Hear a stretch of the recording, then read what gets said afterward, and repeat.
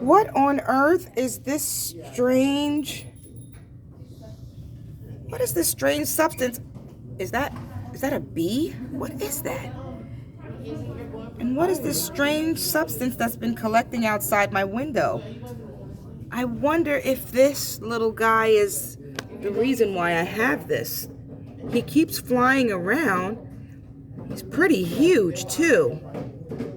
Yeesh.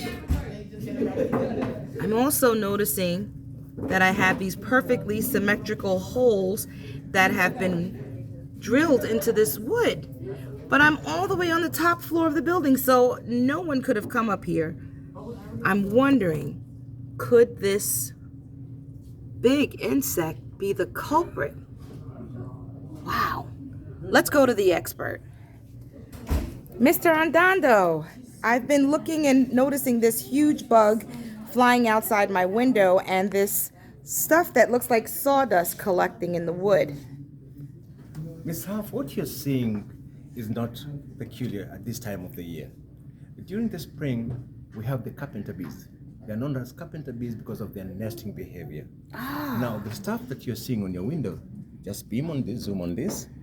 Yes, that's exactly what I've been seeing. Those are chips of wood. It's called frass. So when they're nesting, they bore holes or they tunnel into the wood. They normally like bare wood, but occasionally they're going to attack wood that is painted or that has been pigmented. Let's look at this again. So these holes that I'm seeing, you're saying that this bee is responsible for these perfectly shaped holes? Exactly. They're called carpenter bees because they nest and they make those perfectly cylindrical holes. Wow. Are they harmful? Many people ask me if they sting. Yes, the female carpenter bees have stingers that have a lot of venom. But when they sting you, please be careful. Take an onion and apply because it's going to neutralize the venom from the sting. But they will never attack you unless you provoke them. Wow. Well, thank you, Mr. Andando. We're going to just watch closely these carpenter bees and see what happens next. Yeah, something to note, okay? The tunneling they make in the world can severely damage or compromise your building. Oh, really? So how do we get rid of these carpenter bees? We have what we call Dominion DL solution.